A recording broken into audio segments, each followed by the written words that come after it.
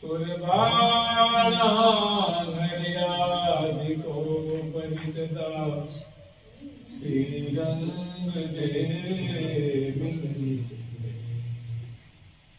श्रीरंगादिसुदेविका चललिता वैशाखिका चंपिका चित्रा तुंग सकिंदुलेखिक परा चाष्टो प्रधाना प्रियः। आचार्य वृंद की नित्य निकुंज वासी श्रीमद जगत गुरु श्री श्री जी महाराज की, वर्तमान पूज्य श्री श्री जी महाराज की, पूज्य बाबा महाराज की, श्री वृंदावन धाम की, श्री राधा राधा नाम की जय जय श्री राधे।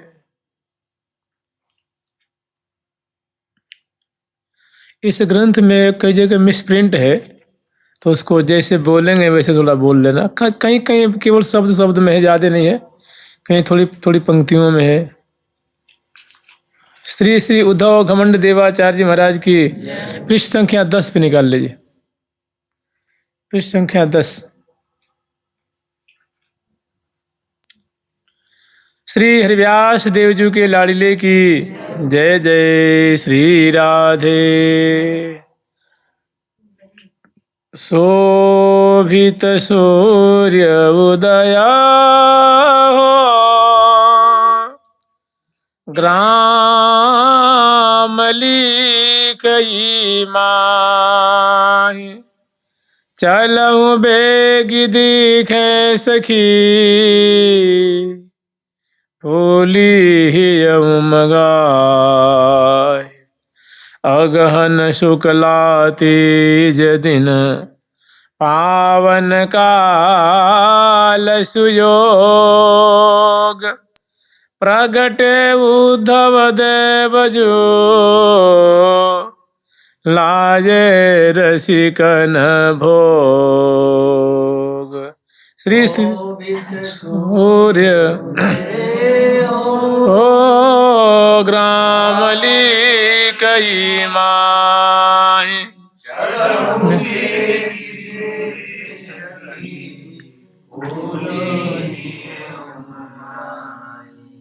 अगहन शुक्ला तीज दिन पावन काल सुयोग, जो लाए रसिकन भो। श्री श्री उद्धव घमंड देव जी महाराज की, श्री हरिप्रिया सहचरी जी की, श्री गुण गर्वीली सहचरी जी की, उद्धव घमंड देव जी महाराज की जय जय श्री राधे। जय जय श्री अवधे वयामनि परयव तरे। जय जय श्री ओधव एरिया।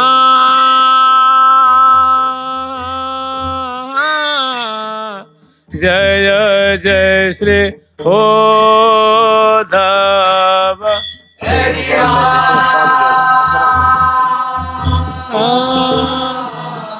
जय जय शिव ए जय जय जय श्री ओधव जय जय श्री ओधव देवयामनि परयव तरे।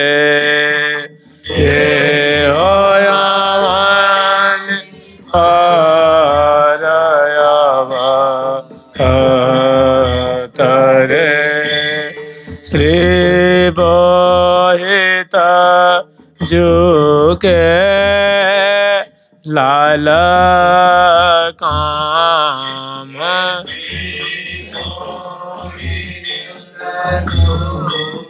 तेरे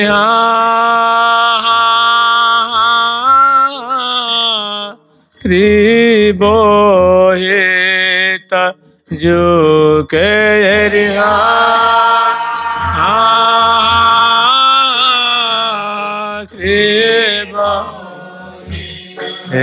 श्री बोहित श्री बोहित जो के लाल काम पूरन कर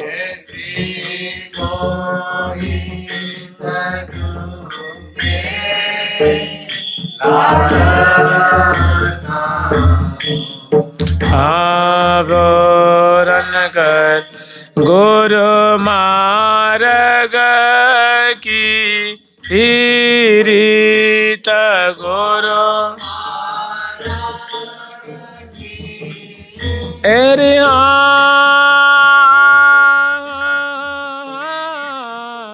गुरु मार्ग की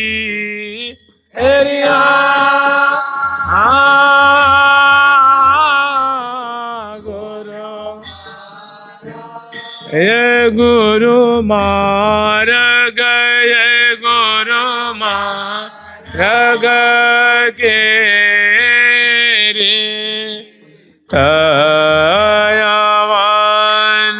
पर विस्तरे हे ओयावानि पर विस्तरे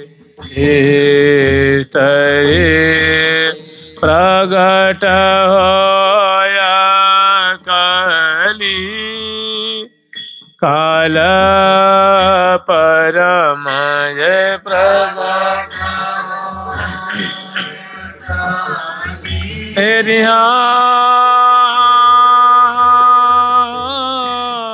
प्रगट होय कली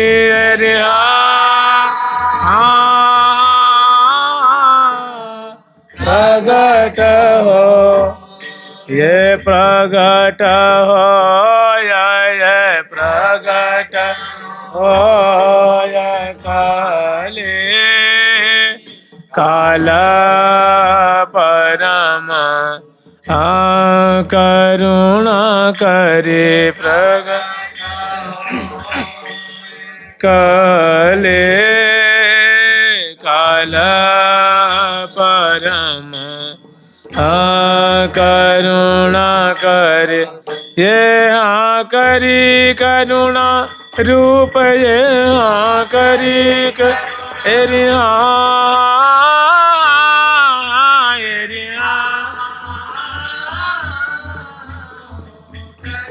ये करी ये अजाम जस बरनन ए लीला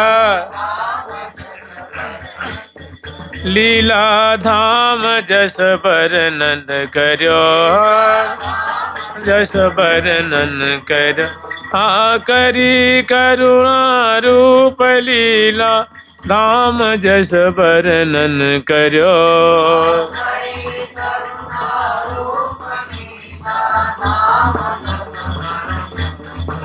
भय साधन सिद्ध जिनके भय साधन भय साधन सिद्ध जिनके भय साधन भय साधन सिद्ध जिनके भय साधन सिद्ध जिनके समस्तक जी धरो भय साधन सिद्ध जिनके अस्तमस्तक जी धरो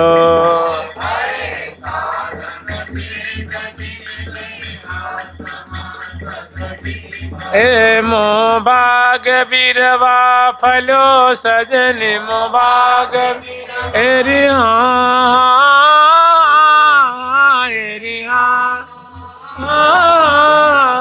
मो भाग एमो भाग्य एमो भाग्य बिरवा फलो सजनी आवो मिले मंगल हे सजनी आवो मिले मंगल करी मो भाग्य बिरवा फलो सजनी आवो मिले मंगल करे मो भाग्य बिरवा फलो सजनी मंगल जय जय श्री उद्धव देव यवन पर अवतार जय उद्धव देव यवन पर जय जय श्री उद्धव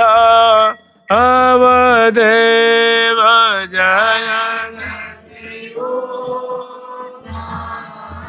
एरी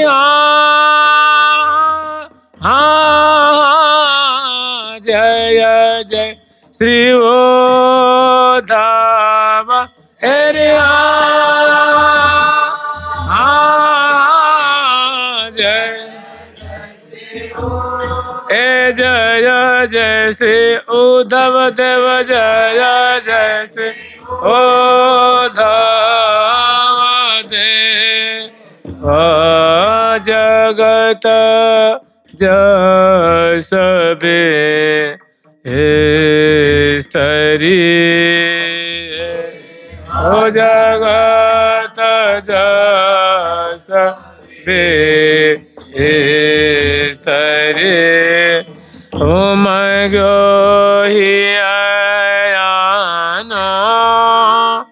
राग भक्ति ओम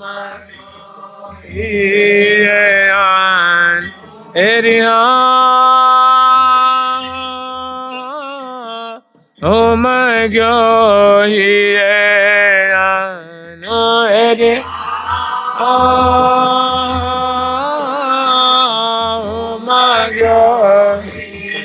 ये ओम गो ओम गो राग भक्ति हे रस सर भरे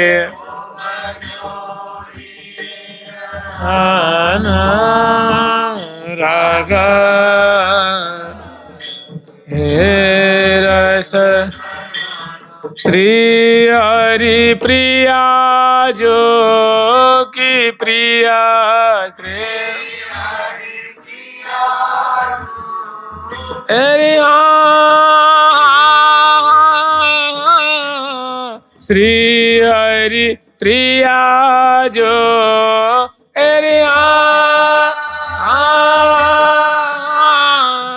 श्री हरि प्रिया ये श्री हरि प्रिया श्री प्रिया जो प्रिया आलिया ये भली हे ओ प्रिया आलिया हे भले हियो सिरायरी आज बेले राय एरिहा हियो सिराय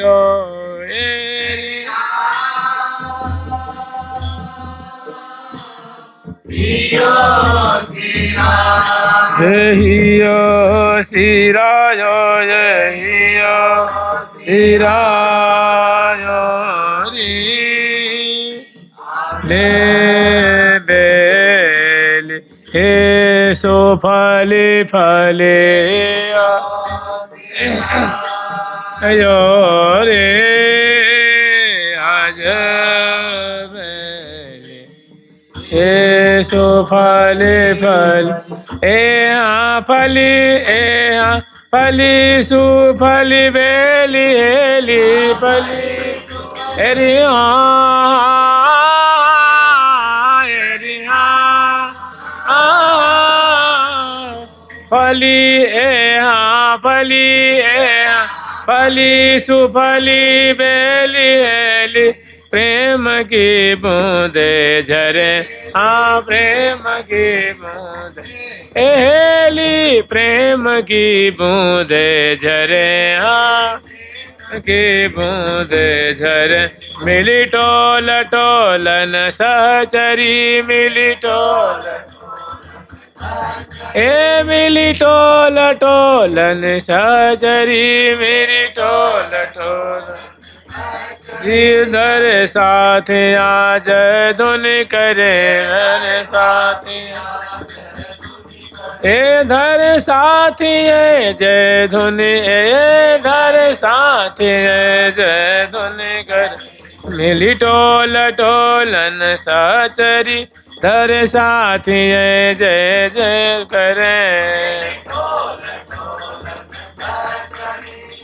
साथी आ जय धुन धर साथी है जय धुन जय सद साथी जय धुन कर हाँ दूजा पता का कदली जय हाँ दूजा हेरी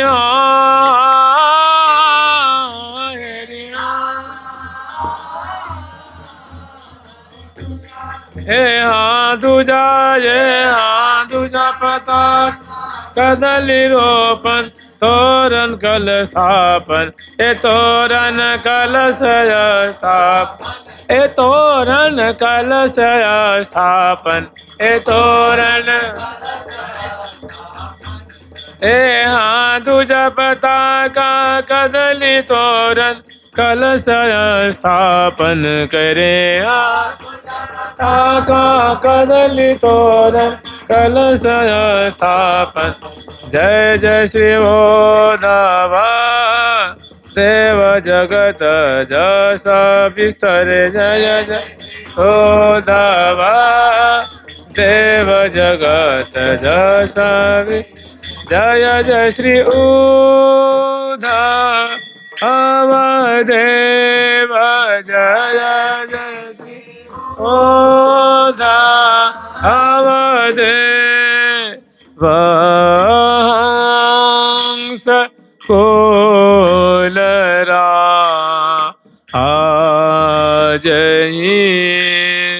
ये हंस कोलरा आज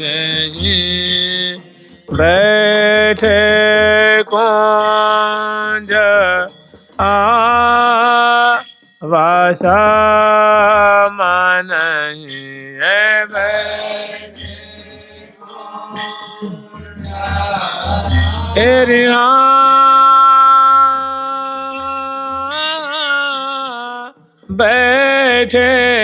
कुंज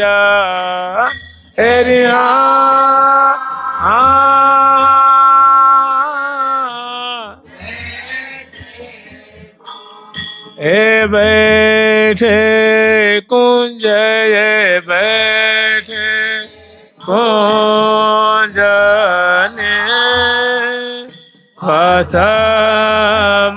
नहीं मन राधा हरि धावहि बैठे कुंज वासा नहीं राधा हरे ध्यावै तत छिन देखो रूप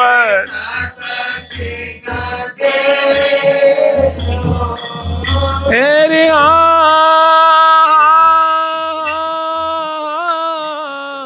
तत छिन देखो हेरि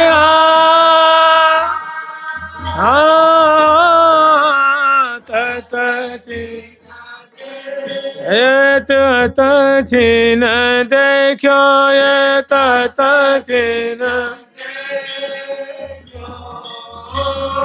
रूप माद श्री वन जहाँ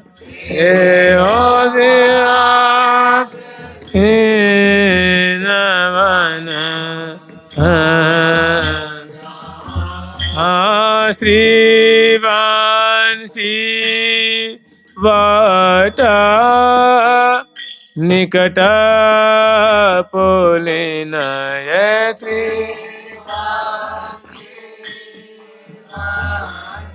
तेरी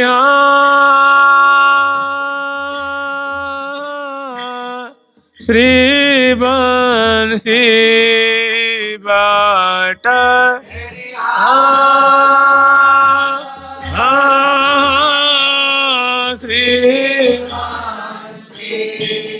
श्री बंसी बाट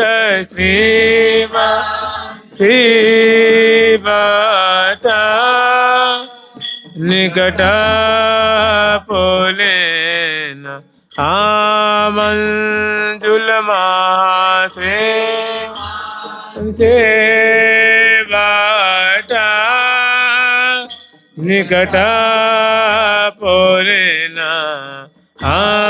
मंजुल सी बाटा निकट पुलिन मंजुल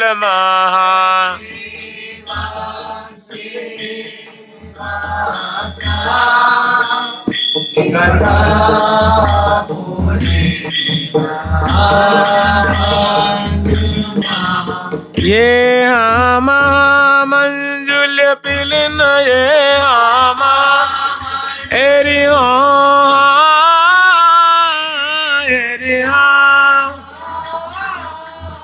हो माये मंजुल पुलिन वेदी बनिता सतयो तप वेदी बनिता सतयो तप बने करत विविध बिहार के लिए करत विविध बिहार के लिए नव युगल भौहे तनि भौहे तनि नव युगल भौहे तनि नव युगल देखिया सुख खुले जे देख एरी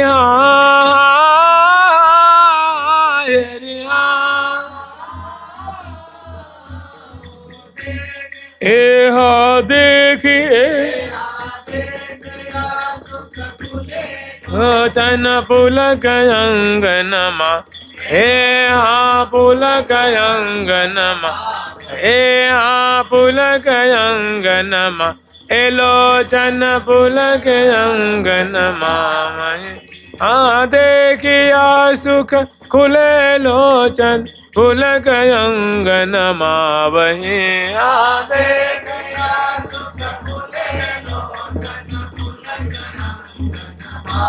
जय जय श्री उद्धव देवहंस कुल राजहि जय उद्धव देवहंस कुल राज जय जय श्री उद्धव देव जय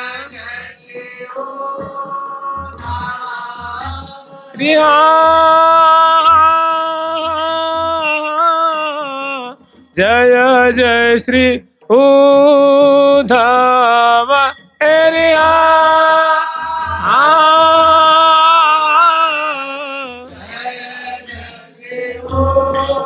जय जय श्री उद्धव देव जय जय उद्धव देव हो प्रगट दर्शन लियो हे हो प्रगट दर्शन मुकुट चंद्रिका दये प्रिया लाला स्तय मुकुट चंद्रिका दे एरिया मुकुट चंद्रिका दई हेरिया मुकुट मुकुट चंद्रिका मुकुट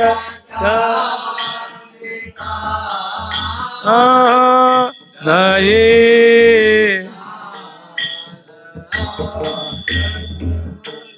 हे मुकुट चंद्रिका दई लाला हे मुकुट चंद्रिका दये प्रिया लाला मस्तक देय मुकुट चंद्रिका दये प्रिया लाला मस्तक दे प्रगट करो असरास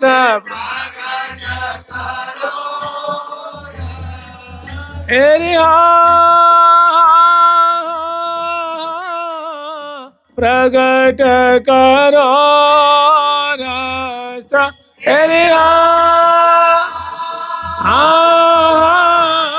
प्रगट ये प्रगट करो ये प्रगट और सरा सुनात भाई जय धुनी हे हो सुनत भाई जय जय हे धुनी कल युग द्वापर कियो ना श्री कलियुग द्वापर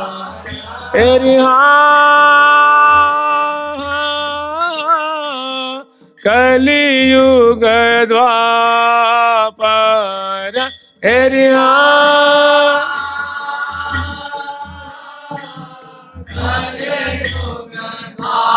हे कलियुग द्वापर कलियुग द्वापर कियो नाथ मो सिरधने धलियो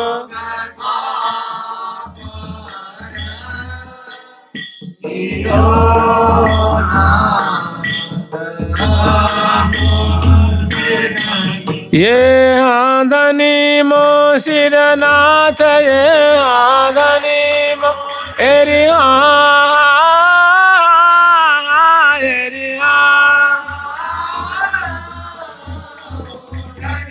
ए आंधनी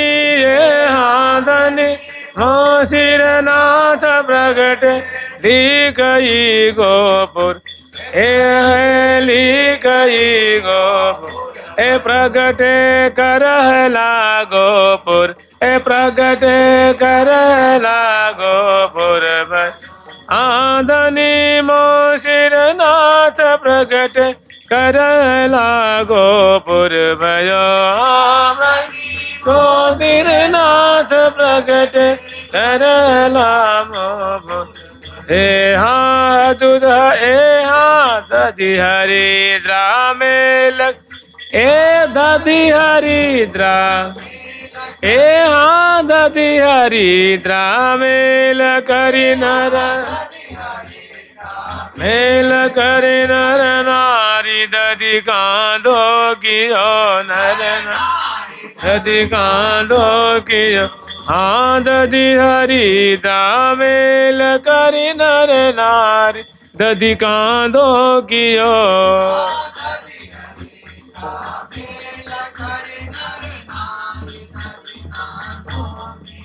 श्री प्रिया दास की आस ये श्री प्रिया तेरी हो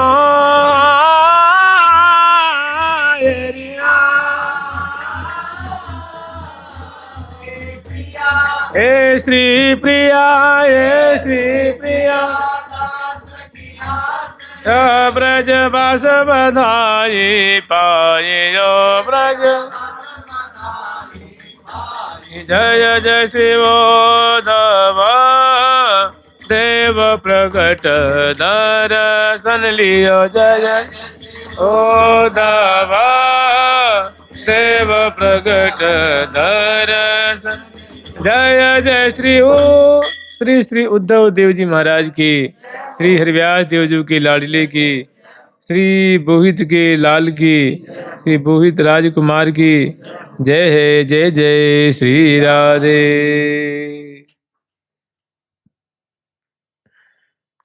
मंगल मूर्ति नियमानंद मंगल मूर्ति नियमानंद हे मंगल जुगल किशोर हंस हे मंगल जुगल हरि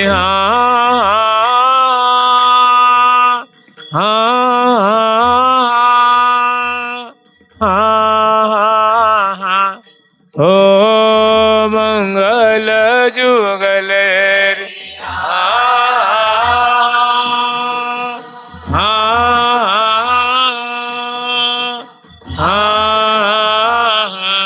हो मंगल मंगल जुगल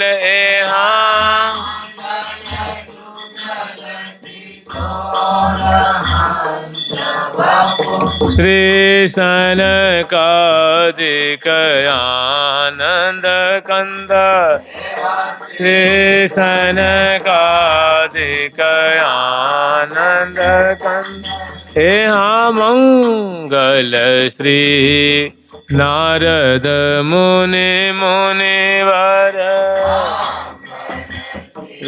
नारद मुनि मुनिवर मंगल दिवाकर चंद मंगल दिवाकर चंद हे मंगल श्री ललितादि सखी गण ये श्री हरे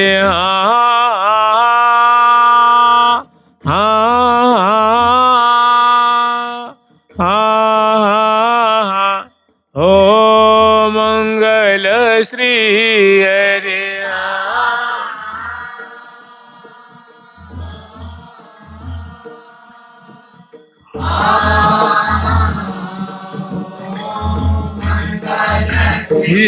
ललितादि सखी गण हंस बंस संतन के वृंद बंस संतन के हे मंगल श्री वृंदावन जमुना अवन जमुना तट बंसी बट निकट आनंद बंसी बट निकट हे मंगल नाम जपत जय श्री भट हे मंगल हे रे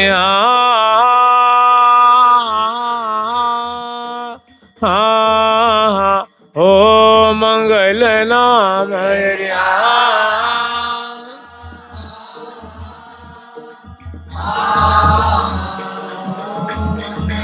हे मंगल ये मंगल नाम जय श्री भट कटत अनेक जन्म के फंद अनेक जन्म के फंद नमो नमो नारद मुनिराज नमो नमो विषयन प्रेम भक्ति उपदे विषयन हरि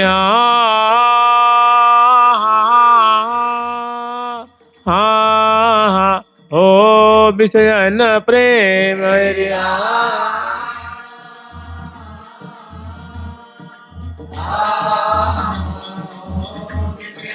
ये हाँ विषयन ये हाँ विषयन प्रेम जैसे थल बल किए सबन के का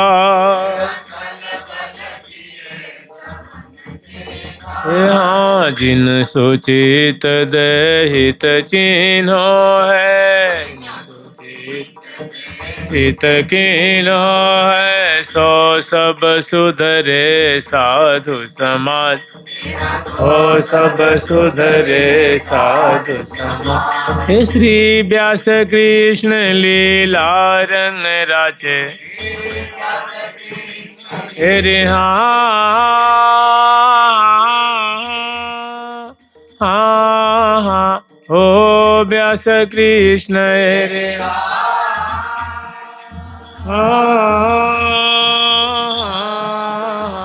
ओ व्यास हे हाँ व्यास ये हाँ व्यास लारंग राचे मिट गई लोक वेद की लाज गए लोक वेद की आयाज महामंगल भयो माई आयाज मंगल भयो यहाँ प्रगटे श्री निम्बारक स्वामी प्रगटे निम्बारक स्वामी आनंद कहो न जाए आनंद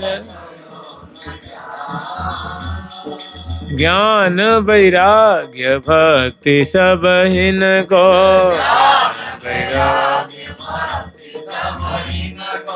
दियो कृपा करिया यहाँ दियो कृपा। श्री प्रिया सखी जन भय मन चिते श्री प्रिया रे हाँ हो प्रिया सखी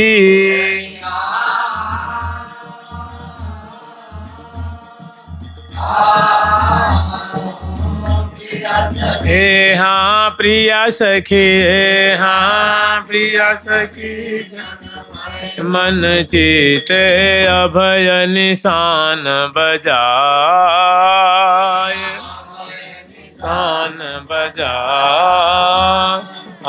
नमो नमो जय श्री भट्ट देव नमो जय श्री भट्ट हे हाँ रसिकयानन्य जुगल पद सेवी हे हाँ जुगल पद सेवी जानत श्री वृंदावन भेव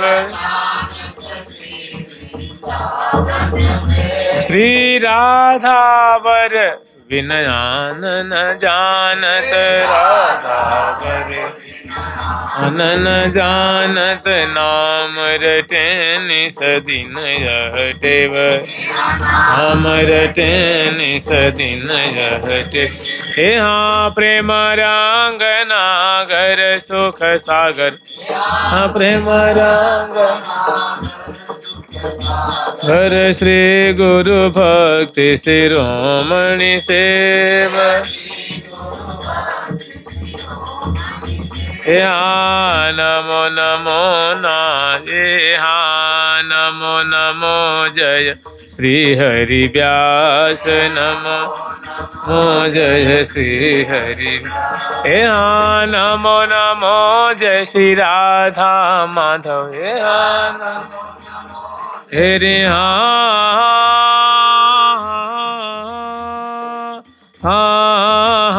हाँ नमो नमो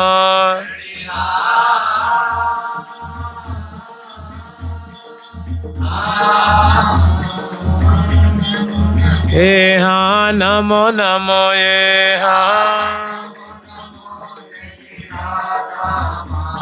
हाँ राधा सर्वेश्वर सुखरा हे श्री राधा सर्वेश्वर सुखरा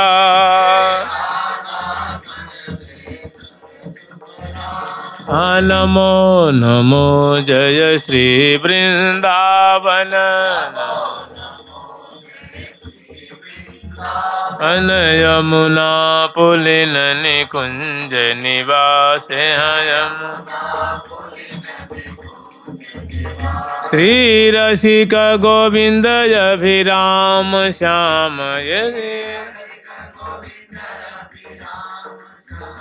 हाँ रसिक गोविंद हरि हाँ हाँ हाँ ओ रसिक गोविंद हरि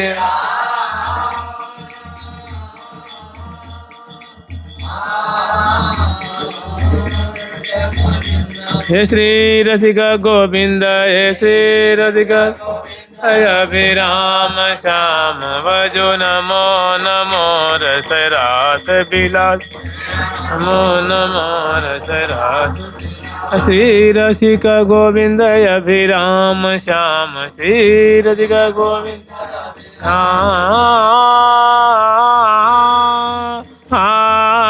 श्री रसिक गोविंद हरि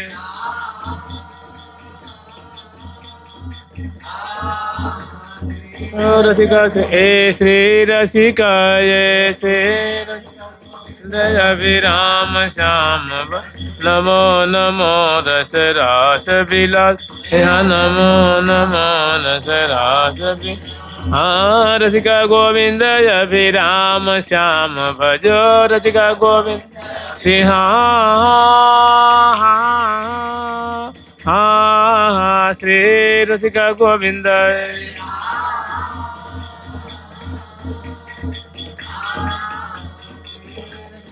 हे श्री रसिका ये श्री रसिका गोविंद श्याम भज नमो नमो रस रास बिलास रस रास बिल हाँ नमो नमो रस रास बिलास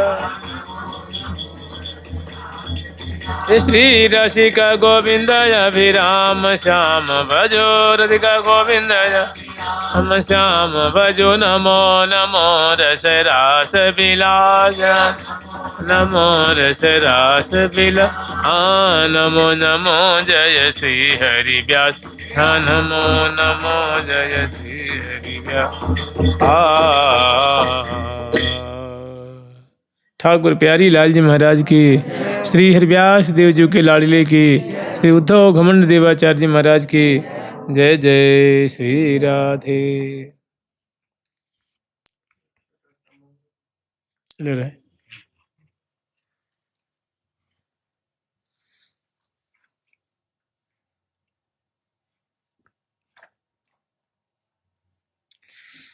नमो नमो राधा सर्वेश यहाँ नमो नमो राधा सर्व श्री हंस सनक नारद निम्बारक हंस सन रे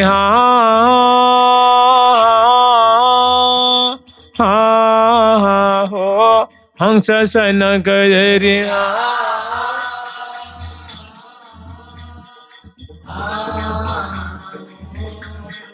ए हाँ हंस ये हाँ हंस सनक सदनी बारक श्रीनिवास जग प्रगट दिनेश अस जग प्रगट दिने हे हाँ द्वादश अष्टादश हरि व्यास चो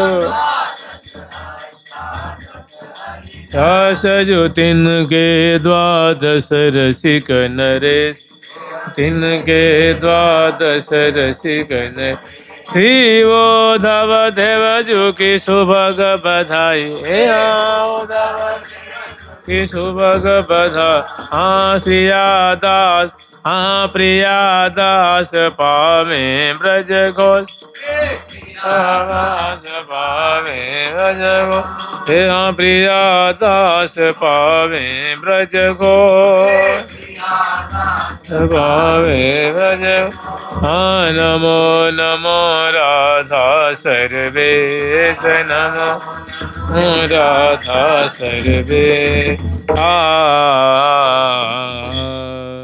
श्री श्री घमंड देवाचार्य जी महाराज की, श्री हरिव्यास देव जी के लाडले की, श्री गर्वीली सहचरी जी की, श्री गुण गर्वीली सहचरी जी की, श्री हरिप्रिया जी की अनुचरी जी की, श्री रंगदेवी जी की परिकरी जी की। जय जय श्री राधे।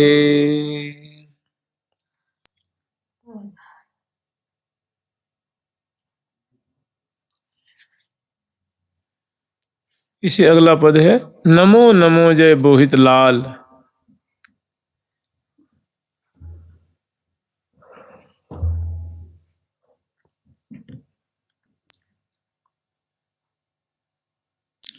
नमो नमो जय श्री बोहित लाल। नमो नमो जय श्री बोहित लाल। नमो जय श्री बोहित लाल। नमो नमो जय श्री बोहित लाल। प्रगटे शुक्ल तृतीयाय गहन की,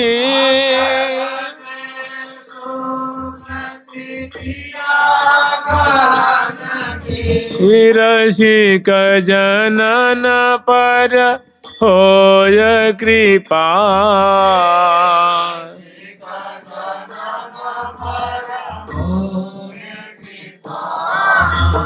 दशधा प्रगट करन भूतल पर,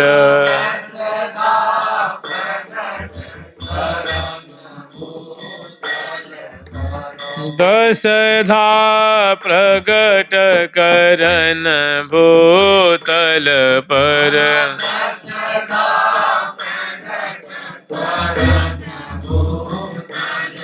हाँ मुकुट चंद्रिका दीने प्रियाला, चंद्रिका दीने प्रियाला। हे हाँ मुकुट चंद्रिका दीने प्रियाला।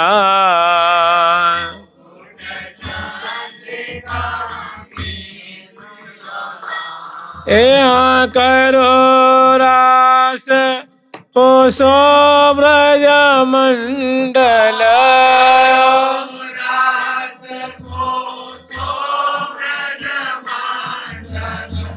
रखी कहो रासेश्वरी बाल।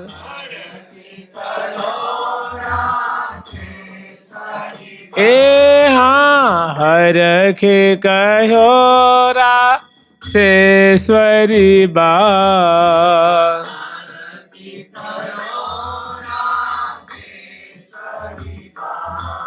श्री उद्धव घमंड को नाम जपत, श्री उद्धव घमंड जपत, श्री उद्धव घमंड को नाम जपत। नाम जपत नित लाल प्रिया ताहि करे निहाल, श्री लाल प्रिया ताहि करे। हाँ लाल प्रिया ताहि करे निहाल, श्री श्री प्रिया दास की तास हरो प्रभु की। श्री प्रिया दास एरी हाँ ओ प्रिया दास,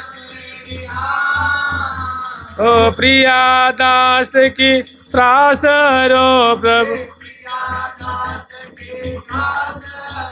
प्रभु भव भय मेटो दीन दयाल, मेटो दीन दयाल।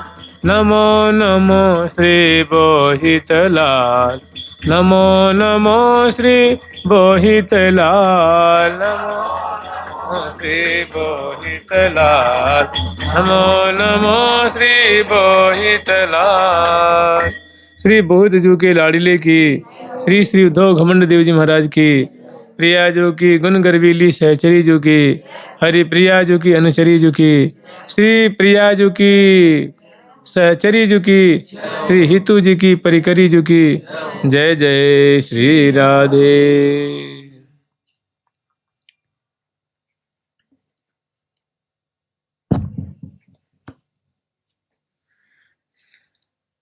आज थोड़ा इनका चरित्र स्मरण कर लेते हैं। है तो बहुत पुष्कल रूप में 5-10 मिनट 15 मिनट तक अत्यंत संक्षिप्त रूप में स्मरण करेंगे। इनकी जीवन की बहुत चमत्कारी घटना है, बहुत अद्भुत। ये विशेष प्रिया प्रीतम के कृपा भाजन हैं और इनका जो जन्म से संबंधित प्रसंग है वो भी बड़ा आश्चर्य में डाल देने वाला है। एक बार की बात है कि जब इस धरा धाम पर श्री हरिव्यास देवाचार्य जी की कृति पताका फहरा रही थी संपूर्ण भारत में, मैंने कम से कम आज से लगभग 600 वर्ष की बात होगी, लगभग कम से कम 600 वर्ष की बात होगी, जब श्री हरिव्यास देवाचार्य महाराज अपनी गुरुदेव की आज्ञा से श्री भट्ट चरण रज परसते सकल सृष्टि जाकू नई। श्री भट्ट देवाचार्य जी की चरण रज को श्री हरिव्यास देवाचार्य जी ने अपने मस्तक पे धारण किया। अपने गुरुदेव की चरण रज को उन्होंने अपने मस्तक पे धारण की तो सारी सृष्टि उनके सामने झुक गई। जे गुरु चरण रेणु सिर धरहि तेजन सकल विभव बस करहि। जो गुरुदेव की आज्ञा को मानता है, जो गुरुदेव की चरण रज को मस्तक पे धारण करता है, ओ संपूर्ण जो आध्यात्मिक ऊंचाई है उसको छू जाता है। तेजन सकल विभव बस करहि। और गुरु के वचन प्रतीति न जेहि सपने सुगम न सुख सिद्धि तेहि। और जिसको गुरु जी के चरणों में विश्वास नहीं, उनके वाक्य पे विश्वास नहीं है, तो उसको जीवित और जागृत अवस्था में कौन कहे, उसको शयन अवस्था में भी ना सुख मिलता है, ना शांति मिलती है, ना उसका कभी उद्वेग दूर होता है। हमेशा जलते रहता है, हमेशा व्यथित रहता है, दुखी रहता है। एक दुख सलटाता है, दूसरा तीसरा चौथा को उसको दबोच लेता है। तो ये अपने गुरुदेव के बड़े प्यारे भक्त थे। इनके जीवन की एक ऐसी विचित्र घटना है कि जब श्री हरिव्यास देवाचार्य जी महाराज संतों की जमात लेकर के पूरे भारत में भ्रमण किया करते थे, उस समय राजस्थान के क्षेत्र की बात है। एक ब्राह्मण दंपति थे, वे एकदम वृद्धावस्था को प्राप्त हो गए थे। संजोग से उन्हें एक पुत्र रत्न की प्राप्ति हुई, तो उन्होंने उनका नाम रखा था बोहित देव जी। संजोग से वो जिन्हें करीब करीब जब उनके घर में उनका जब जन्म हुआ तो बहुत बधाई बजी, बड़ा आनंद मनाया गया। और धीरे धीरे जो एक बालक न होने का जो दुख था वो उसकी पूर्ति हो गई और दोनों जो ब्राह्मण दंपति वो आनंद में मग्न हो गए और अपने फिर जीवन शैली को यापन करने लगे। फिर धीरे धीरे उनका जो बालक है दिनों दिन बढ़ने लगा। 2 साल का हुआ, 5 साल का हुआ, 8 साल का, 12 साल का, 14 साल का, 16 साल का, 20 साल का। और जो ब्राह्मण दंपति जैसे जैसे लड़का उनका जो ब्राह्मण बालक जवान होता था तो माता पिता वृद्ध होते गए। अब उनके माता पिता के मन में, क्योंकि वो जो बालक था ना, वो बालक बड़ा होनहार था और जहाँ भी भागवत आदि कथा होती, कीर्तन होता, तो उसमें चला जाया करता था। तो ब्राह्मण दंपति को डर लगता था कि हमारा बेटा भक्ति न करने लग जाए, कहीं मैंने भक्ति पक्ष का साधक न बन जाए, कहीं साधु न बन जाए। तो उसको भांति भांति से उससे बचाने की कोशिश करते थे। अंत में उनके मन में आई कि तो भक्ति मार्ग में बढ़ता ही चला जा रहा है। तो उस समय के तत्कालीन कोई उनके मित्र ब्राह्मण देवता थे, उनसे सलाह करके बच्चे का उन्होंने ब्याह करा दिया। मैंने बोहित लाल जी का ब्याह करा दिया। और संजोग की बात ऐसी, बोहित लाल जी जो बड़े विद्वान, समझदार, कुशाग्र बुद्धि और बड़ी व्युत्पन्न मति थे, संस्कारी जीव थे। तो जिन्हें उनको ब्याह करा करके ब्राह्मणी को लेके आए अपने घर, उसी रात्रि में उनको बड़ी, अभी ब्राह्मणी का मुख भी नहीं देखा था, तो लेके आए और रात्रि में बड़ी एक दुविधा में पड़ गए।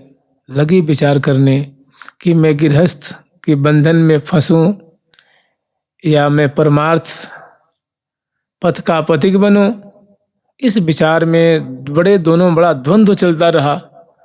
अंत में आध्यात्म में बाजी मारी और उन्होंने निर्णय किया, नहीं, हमें इस गारस्थ जीवन में नहीं फंसना है, हमें तो अपना उद्धार करना है। और सीधे वो चले आए मथुरा। मैंने घर छोड़ करके, किसी को बिना बताए ही, ना पत्नी को बताए, ना अपने माता पिता को बताए, सीधे चले आए मथुरा और श्री हरिव्यास देवाचार्य जी से शिष्यता ग्रहण कर ली। उनके शिष्य हो गए और उनके संग गुरुदेव का अनुगमन करने लगे। गुरुदेव के संग रह के भजन करते, गुरुदेव की सेवा करते और गुरुदेव के संग जमात में संतों की सेवा किया करते थे। तो धीरे धीरे 1 साल निकला, 2 साल, 3 साल, 4 साल, 5, 6, 7, 8, 9, 10, 11, 12। तो श्री हरिव्यास देवाचार्य जी जो है वो जब जमात चलाते थे तो कभी उत्तर से दक्षिण भारत, उत्तर भारत से कभी पूर्व, कभी पश्चिम, कभी मैंने पूरे भारत में भ्रमण किया करते थे। एक दिन ऐसा हुआ कि जो वो ब्राह्मण देवता थे, उनकी जो साधुओं की जमात थी, एक दिन भ्रमण करते करते, विचरण करते, जिस गांव के थे बोहित लाल जी, उसी गांव में उनकी जमात की पड़ाव पड़ गया। संजोग से बोहित लाल जी उसी में थे। अब तो वे साधु हो गए थे और 12 साल का समय तो बहुत लंबा समय होता है ना, उसमें आदमी की शक्ल बदल जाती है। तो जब आए थे तो लगभग 18-20 साल के थे और वैसे 32 साल के हो गए थे। और पूरा जो है वो पूरी साधु वेशभूषा में अवस्थित थे। संजोग से जब उनके गांव के बाहर संतों का ये पड़ाव गिरा तो रात्रि में तो किसी को पता लगा नहीं। सवेरे होते ही गांव के लोग गांव से बाहर जाते थे शौच आदि करने के लिए। तो लोगों ने देखा कि ये साधु महात्मा आए हुए हैं और साधु को 2-4 नहीं, सैकड़ों साधु थे। तो ये गांव में पूरे ये हल्ला मच गया कि रे साधु आए हैं, साधु आए हैं, चलो साधुओं का दर्शन करो, साधुओं की सेवा करो। तो उसमें ये बात जब फैल गई चारों ओर तो ब्राह्मण देवता भी जीवित थे और ब्राह्मणी भी जीवित थे। तो उन लोगों को लगा कि हो ना हो कहीं हमारा बेटा भी इसमें आया हुआ हो, चलो देखते हैं। तो वास्तव में जब वो लोग गए संतों के दर्शन करने के लिए तो उनका बेटा वहीं मिल गया। और वो उनके जो माता पिता लगे रोने अपने बेटे को पा करके, और उनकी जो पत्नी थी वो तो एकदम बहुत गंभीर हो गई। और उन्हें पता लग गया कि ये साधु हो गए हैं तो किसके शिष्य हुए हैं। तो पता लगा कि जो जमात के जो महंत जी हैं, जो मुखिया हैं, उन्हीं के शिष्य हो गए हैं। तो उन्होंने सोचा कि चलो इनके मुखिया से बात करते हैं। तो उनके माता पिता अपने बेटे को पाकर बड़े धन्य बहुत खुश हुए। और पत्नी को तो वो तो बेचारी अब बहुत उदास में जीवन व्यतीत करती थी। उन्होंने जब अपने पति को देखा तो उनके हृदय में और अनेक बातें आने लगी। फिर उन्होंने उनके गुरुदेव से, मतलब श्री हरिव्यास देवाचार्य से कहा कि गुरुदेव, मैं इनसे आपकी आज्ञा हो तो मैं कुछ बात करना चाहती हूँ। ने कहा ठीक है, बात कर लो। तो ये मेरे पति हैं। अच्छा, तो हमको ब्याह करा के, विदा करा के, गौना करा के लाए और ये उसी रात्रि में मुझे छोड़ करके साधु हो गए। तो मैं इनसे एक बात पूछूंगी और फिर इनको छोड़ दूंगी। फिर उन्होंने कहा कि पूछ लो। और माता पिता कहे कि भाई मेरा बेटा मिल गया है, हम तो बेटे को घर लेके जाएंगे। मैंने हमारे अंधे की लकड़ी जो है वो फिर मिल गई है। अब इससे तो हम अपने बहुत हंसते खेलते और शेष जीवन निकाल देंगे। तो गुरुदेव जो होते हैं बड़े चतुर होते हैं। गुरुदेव ने कहा हाँ भैया ले जाओ खूब प्रेम से, और ब्याह करने वाले दुल्हन ले जाओ, जो माता पिता है ले जाओ, हमें क्या मतलब, बोले तुम्हारा बेटा है ले जाओ। तो गुरुदेव देखते हैं कि भाई इसका कहाँ मन है, अब इसका कुछ मन में कचाई पकाई है कि कैसा है। तो गुरुदेव ने तो बिल्कुल छोड़ दिया उनको। उन्होंने कहा देखो हम साधु हो गए हैं, अब हम घर नहीं जा सकते। उन्होंने कहा कैसी बात करते हैं आप। तो पत्नी कहा ठीक है घर ना जाइए तो कोई बात नहीं, एक बात बताइए कि आपने मुझसे ब्याह क्यों किया। तो उन्होंने कहा मैंने ब्याह थोड़ी नहीं किया था, मेरे माता पिता की हार्दिक इच्छा थी, हमारी तो इच्छा थी नहीं। उन्होंने कहा ये सब बात मैं नहीं जानती हूँ, अगर आप ब्याह किए हैं और आप तो मुझे मिल ही गए हैं तो एक काम करिए, कम से कम कुछ भी नहीं आप साधु रहिए, हमें एक पुत्र दे दीजिए और फिर आप साधु हो जाइए। उन्होंने कहा ठीक है जाओ, तुम्हें बड़ा सुंदर सुलक्षण पुत्र प्राप्त हो जाएगा। उन्होंने कहा ऐसे थोड़ी ना प्राप्त हो जाएगा, ऐसे तो पुत्र प्राप्त होगा तो मुझे वो कलंक लगाएगा, नगर में मेरी हंसी होगी कि पता ना कहाँ से कौन की संतान लेके आई है। उन्होंने कहा नहीं आप मेरे संग चलिए और कुछ दिन हमारे संग रहिए, और फिर जब आपसे संतान हो जाएगी फिर आप चले जाना। उन्होंने कहा अरे मैं साधु कह दिया तो कह दिया, और मैं अब घर जाने वाला नहीं हूँ। तो उन्होंने कहा कि फिर पुत्र कैसे होगा। तो उन्होंने कहा देखिए ऐसी अचंभे की बात कभी आप लोग सुने भी नहीं होंगे। उन्होंने कहा कि देखो तुम्हारा जो ये कर कमल है ना, कर कमल में एक फोला सा होगा, फलक मैंने एक छाला सा होगा, और उसमें ना कोई पीड़ा होगी ना कोई दर्द होगा, बड़ा सुखद होगा, और तुम्हारे कर कमल में से देखते देखते एक सुंदर बालक प्रकट हो जाएगा, और वो बालक बड़ा होनहार होगा, बड़ा कोई एक महापुरुष होगा, और इसे मेरा साधु का व्रत भी रह जाएगा और तुम्हें पुत्र भी प्राप्त हो जाएगा। तो पत्नी को बड़ा विश्वास हुआ। पत्नी का ठीक है जाइए। तो फिर साधु उनकी जमा जहाँ जानी थी वहाँ चली गई, और कुछ ही दिन के अंदर उनके हाथ में ऐसा एक फलक हुआ, और देखते देखते देखते देखते बड़ा सुंदर बालक एक उससे प्रकट हुआ। मैंने कहने का मतलब जो श्री उद्धव घमंड देवाचार्य अयोनिज पुत्र हैं, जो योनि से प्रकट नहीं हुए हैं, अयोनिज, तो बड़े उच्च कोटि के महापुरुष हैं। अब तो महाराज जी ही ऐसा बालक हुआ ना, तो गांव में, घर में, मोहल्ले में, नगर में बहुत आनंद मचा। बहुत ही आनंद की और आश्चर्य की बात चारों तरफ फैल गई। और उनके ब्राह्मण देवता के यहाँ और जो ब्राह्मणी को उनकी जो बधू थी, उनका जो ये संतान, भाई ऐसे बालक थोड़ी होते हैं, ऐसे भी कोई संतान होती है, ऐसे भी कोई बच्चा होते हैं क्या। लेकिन वो गांव के लोग और पास को सभी देखने आए, और उचित मुहूर्त में वेदवादी ब्राह्मणी बुलाए गए। उन्होंने उस बच्चे का नाम संस्करण किया, नाम रखा उद्धव। उद्धव मतलब होता है उत्सव रूप। उद्धव का मतलब होता है उत्सव का स्वरूप। मैंने जहाँ उद्धव रहता, जहाँ उद्धव जी थे ना, वहाँ उत्सव ही मनाया जाता था, भक्ति का उत्सव। तो उनके यहाँ बड़ा सुंदर उत्सव मनाया गया, और धीरे धीरे अब वो सारी बातें एक चर्चा की विषय हो गई। वो सब चीज़ें कि भाई देखो कलयुग में कैसा संत ने कैसा आशीर्वाद दिया, कि कैसे इनके घर में जो एक बालक नहीं था, देखो इनके यहाँ कैसे चहल पहल मच गया, कैसे इनके यहाँ किलकारी छुट रही है, कैसा मौज मनाया जा रहा है, कैसा आनंद आ रहा है। और धीरे धीरे बालक को बढ़ने लगा। और जी 5 साल का हुआ तो धीरे वो बच्चों में खेला करता था। जानते कौन सा खेल खेलता था बच्चा? वो कीर्तन का खेल खेलता हरे कृष्ण कृष्ण कृष्ण राधे कृष्ण ऐसा खेल खेलता था। और माटी में बच्चों के संग बैठ जाता था, उसमें वो साधु बनने के लिए नाटक करता था, और ऐसे ठाकुर जी को भोग लगाता, कीर्तन करता ऐसे बच्चों को लेकर के। फिर धीरे धीरे धीरे धीरे बच्चों के समय भेजते ना विद्यालय में, तो विद्यालय में भेजने लगे। फिर धीरे धीरे बहुत माता पिता को उसमें आसक्ति हो गई। फिर जब थोड़ा बड़ा हुआ, जानते बालक क्या कहता है? कहता माँ मेरे पिताजी कहाँ रहते हैं? तो वो तो सोचे कि बच्चा कोई पूछेगा नहीं, ये कैसे कैसे तो बेचारा मेरे घर के एक ये चिराग पैदा हुआ है, अब तो लगता है ये भी उसी रास्ते पे जाने वाला है। और माँ को बड़ी शंका होने लगी। जैसे कुछ बड़ा हुआ तो पूछा, वो लगा करने कि देखो मैं पिताजी के पास जाऊंगा। संजोग से जानते क्या दूसरी बार में क्या हुआ, दूसरी बार में फिर एक बार हरिव्यास देवाचार्य जी आए और 5-7 वर्ष की अवस्था में उस बालक को जनेऊ संस्कार करा दिए। आए और जनेऊ संस्कार कराए सम्यक प्रकार से, और पुनः यात्रा आई, 2-4 दिन ठहरी उस नगर में, फिर चली गई। फिर अब तो उस बालक ने अपने गुरुदेव को पहचान लिया था, तो वो बार बार कहता, माँ जब मैं बड़ा हो जाऊंगा तो गुरु जी के पास चला जाऊंगा। तो वो तो कैसे कैसे एक उनका मतलब दुख का गड्ढा भरा हुआ था, और एक नया घाव और पैदा हो गया।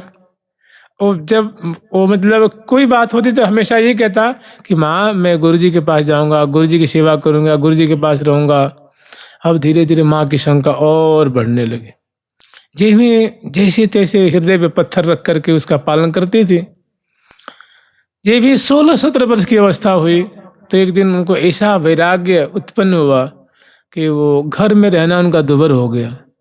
वो ब्रजमंडल की ओर भागे, घर से निकल गए अर्धरात्रि में और ब्रज वृंदावन के लिए पधारे।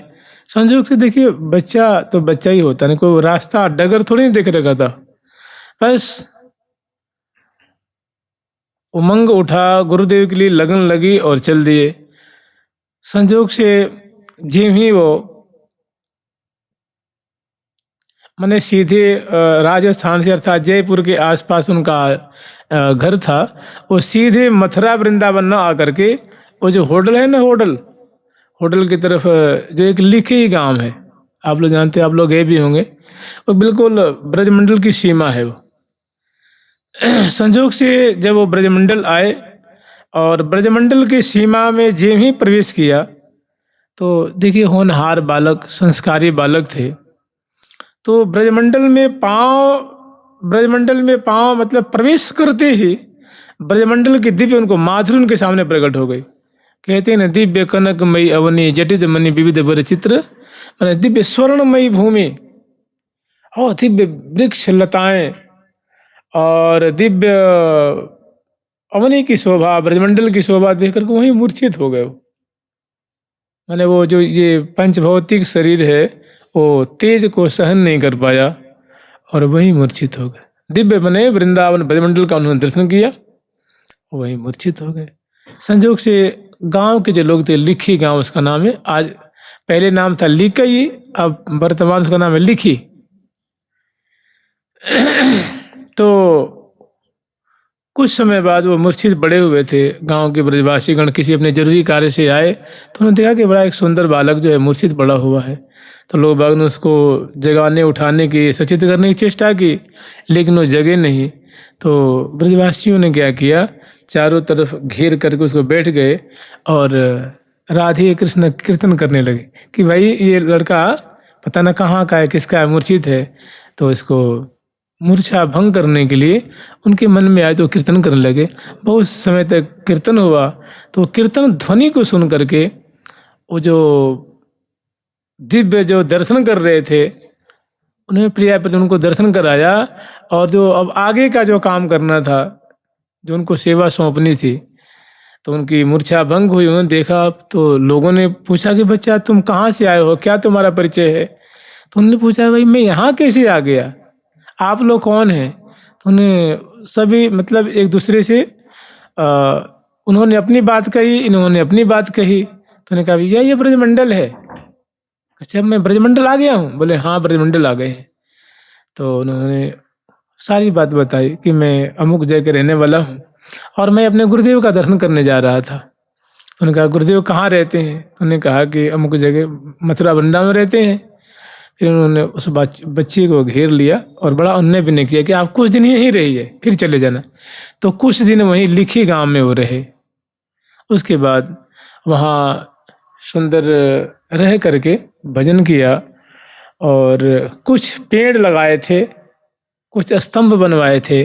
स्तंभ मतलब स्तंभ जिससे ये पता लगे कि ब्रज की सीमा है। जैसे कहते हैं ना, ब्रज में खामी गांव है ना, खाम्बी, जहाँ श्री बलदाऊ जी ने एक खंभा बनाई थी कि मतलब ये ब्रज की सीमा है।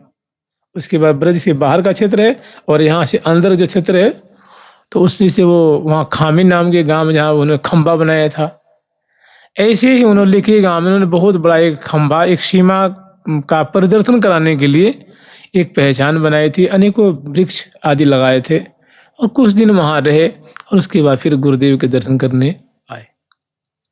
कथा तो बहुत बड़ी है, हम लोग इतना ही मात्र मैंने बहुत चमत्कार पूर्ण इनका जो जन्म का प्रसंग है और अपने गुरुदेव के संग बहुत काल तक रहे, उनसे दीक्षा ली, शिक्षा प्राप्त की। अब जानते क्या हुआ, पिताजी भी गुरुदेव के शिष्य और बेटा भी गुरुदेव का शिष्य, दोनों विरक्त महात्मा और दोनों सिद्ध, बहुत काल तक रहे। तो गुरुदेव ने उनको आज्ञा दी कि उद्धव तुम एक काम करो बच्चा, ये उनको रास लीला है ना, जो सुंदर रास का जो प्रसंग है श्रवण कराया और कहा कि तुम जाओ एकांत में साधना करो। प्रिया प्रथम की जो मैं बता रहा हूँ इनका तुम ध्यान करना और तुम्हारा मनोरथ पूर्ण होगा। इससे पहले एक और घटना है, घर का इनका नाम था उद्धव और इनके नाम के अंत में आता है घमंड, घमंड देव नाम उसमें जुड़ा हुआ है। तो होता है इनका नाम घमंड क्यों पड़ा? घमंड तो वैसे सुनने में अच्छा नहीं लगता है, किसी का नाम अहंकार हो, किसी का नाम गर्व हो, किसी का नाम दर्प हो, अच्छा नहीं लगता है।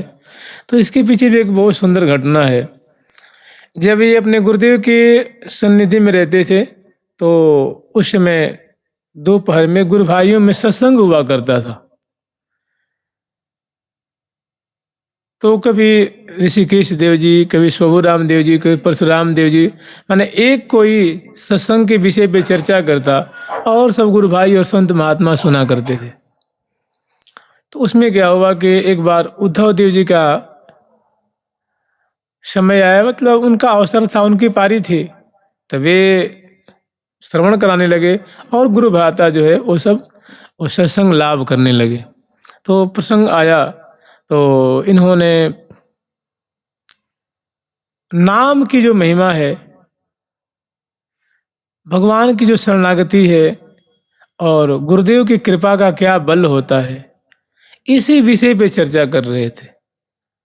तो चर्चा करते करते मैंने उन्होंने ये भाव व्यक्त किया कि हरिनाम की सहारा नहीं, हरिनाम के बिना हम साधुओं का कोई बल नहीं है, कोई आश्रय नहीं, कोई अवलंब नहीं है। हरि का नाम ही इस कली के लिए साधकों का सबसे बड़ा बल है, सबसे बड़ा हितैषी है, सबसे बड़ा हिमायती है। संयोग से क्या हुआ कि इनके जो गुरुदेव भगवान श्री हरिव्यास देवाचार्य महाराज थे, तो लगभग 2-3 बजे का समय था। उस समय कुटिया से शौच का जो पात्र होता है ना, जो कमंडलू होता है, उसको ले करके और वो शौच के लिए निकले। तब तक उन्होंने देखा कि ये सब जो शिष्य वर्ग हैं सत्संग कर रहे हैं, तो उनके पीछे से गुजर रहे थे। सुनने वाले सुनने में मग्न हैं और वर्णन करने वाले वर्णन करने में मग्न हैं। श्री उद्धव देव जी वर्णन कर रहे थे, चर्चा कर रहे थे और सब गुरु भाई सुन रहे थे। तो संजोग से उन्होंने देखा कि बड़ा एकदम आवेशित हो रहा है ये तो उद्धव नाम का जो शिष्य है, और ऐसा सुंदर प्रसंग का विवेचन कर रहा है, वर्णन कर रहे हैं। माने उनको पीछे से चुपचाप वो धीरे से आए और पीछे खड़े हो गए किसी वृक्ष के ओट में और लगे कुछ देर तक सुनने लगे। और सुन के बहुत खुशी हुई कि भाई इसको भगवान के नाम पे, हरि नाम पे कितना घमंड विश्वास है, कितना भरोसा है, कैसा अकड़ के बोल रहा है, कितना मतलब कितने गर्वान्वित हो करके गुरु जी पे कितना भरोसा है, गुरु के वाक्य पे कितना भरोसा है और हरिनाम पे कितना भरोसा है, वो प्रिया प्रीतम की शरणागति पे कैसा दिव्य इसको अटूट विश्वास है। तो संजोग से बड़ी खुशी हुई सुन करके, तो पीछे से आए और सिर पे हाथ रखे, क्यों भैया, तेरे को तो भगवान पे बड़ा घमंड है, हरि नाम पे बड़ा घमंड है, आज से तेरा नाम घमंडी रहेगा।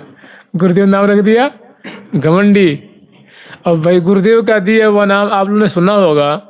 श्री जो भक्तमाल के रचयिता हैं श्री नाभाजी महाराज, उनका नाम नाभाजी नहीं था, उनका नाम है नारायण दास जी महाराज, श्री नारायण दास।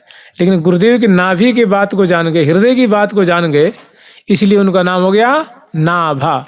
जो नाभि की बात जान जाए, हृदय की बात जान जाए, उसको कहते हैं, गुरुदेव ने नाम रखा, भैया तू तो मेरी नाभि की बात जान गया, हृदय की बात जान गया है, इसलिए आज से तेरा नाम नाभा रहेगा। तो देखो विश्वविख्यात वो नाम हो गया, जो गुरुदेव ने नाम दे दिया, संतों ने जो नाम दे दिया वो हो गया।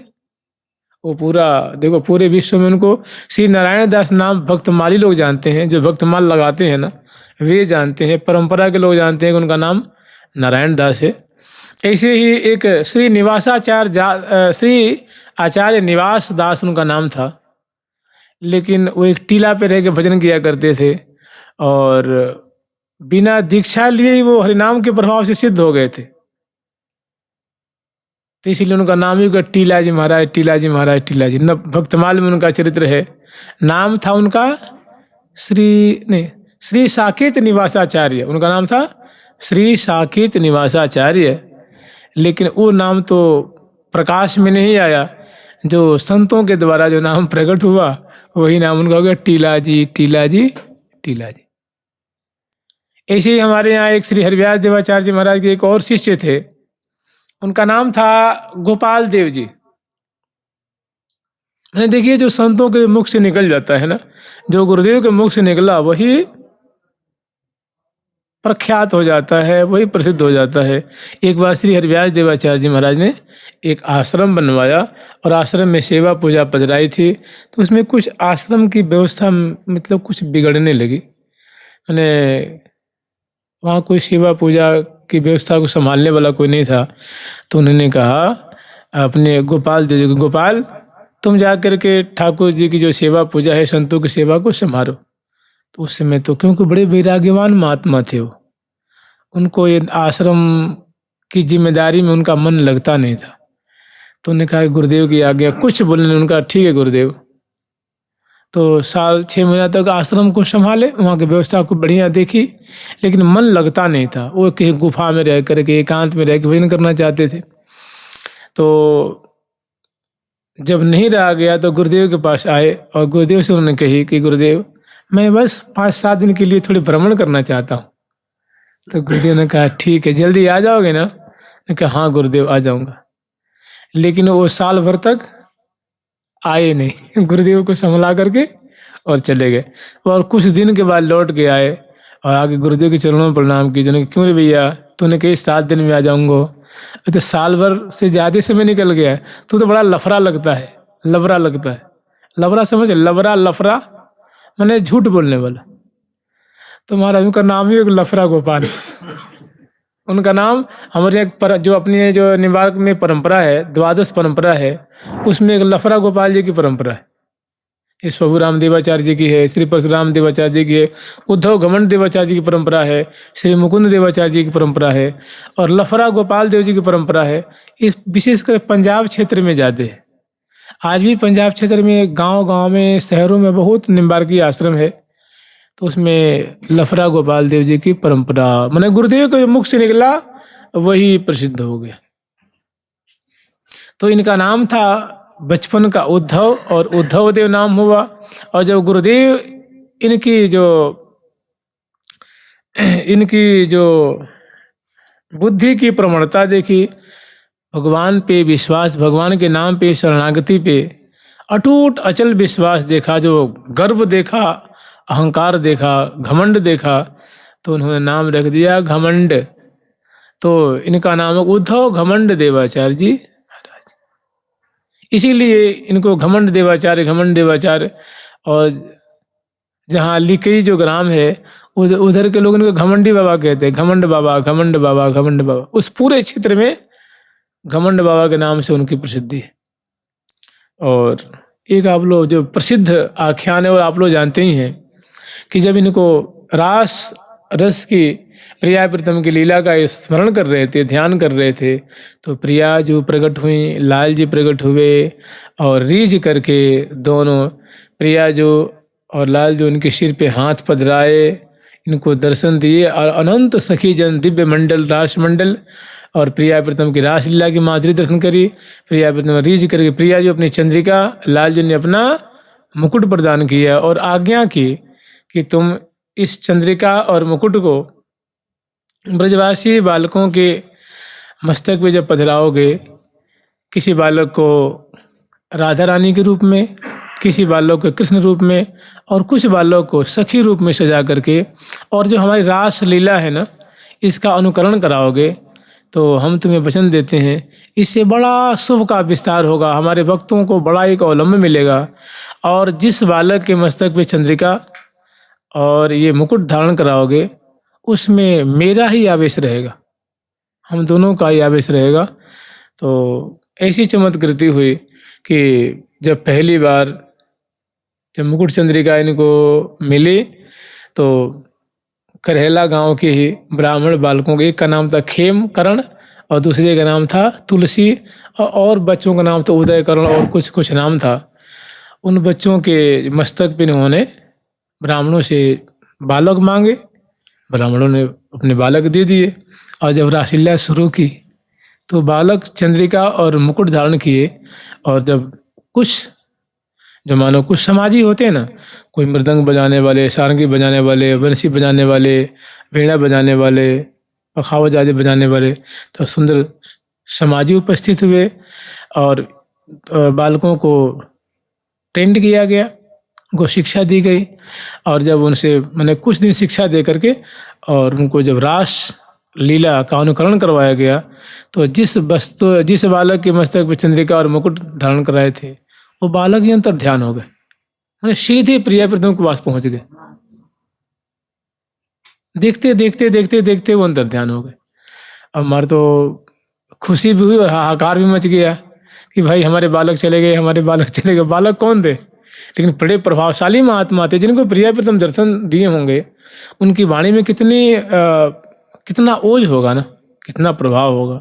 तो लोगों ने ज़्यादा कोई विरोध नहीं किया और भगवत कृपा से सारी बातें शांत हो गई, खुशी का माहौल, आनंद का माहौल हो गया। फिर उन्होंने ब्राह्मण बालकों को एकत्र किया और किन्हीं को सखी बनाए, किसी को सखा बनाए और किसी को प्रिया प्रीतम इसे बनाकर फिर लीला अनुकरण करवाए।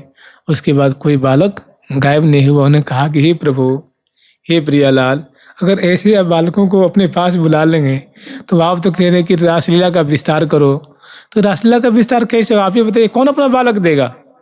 तो प्रिया प्रीतम ने कहा कि देखो, ये केवल तुम्हारे विश्वास के लिए कि वास्तव में ऐसा होता है कि नहीं होता है। मैंने मुकुट और चंद्रिका धारण कराते हैं तो वास्तव में राधा कृष्ण का आवेश होता है कि वैसे कपोल कल्पित बातें हैं। तो बालक दोनों मेरे धाम में आ गए हैं, उनका परम कल्याण हुआ है। अब ऐसा नहीं होगा, अब तुम मेरी लीला का अनुकरण करवाओ। इससे बड़ा हमारे भक्तों को सुख मिलेगा, हमारी अनुभूति होगी और जो इसमें दृढ़ विश्वास रखेंगे वो मेरे को ही प्राप्त करेंगे, मेरे सानिध्य को प्राप्त करेंगे। तो उन्हीं की देन है कि आज पूरे विश्व में रासलीला, भारत में तो कह रहे ही, और यहाँ के जो रास के स्वामी हैं कभी कभी कृतार्थ करने के लिए अमेरिका भी जाते हैं, लंदन भी जाते हैं, कहाँ कहाँ विदेश में भी जाते हैं, और भारत के प्रांत प्रांत में तो खैर जाते ही हैं। तब से रासलीला का जो है जो ये प्रसंग और रासलीला अनुकरण की जो प्राचीन पद्धति तब से चली। उसके बाद फिर अनेक मंडलियां बनी और फिर दिशा विदिशा में जाकर के उन्हें राधा कृष्ण की जो बंसी चोरी लीला है, माखन चोरी लीला है, मुद्री चोरी लीला है और अनेक जो लीला, मान लीला, दान लीला, परस्पर मान लीला और राजदान लीला, झूलन लीला और अनेक लीलाओं को दर्शन करा करके जनमानस को बहुत आनंद प्रदान करते हैं। ऐसा इनका बड़ा एक सूक्ष्म रूप में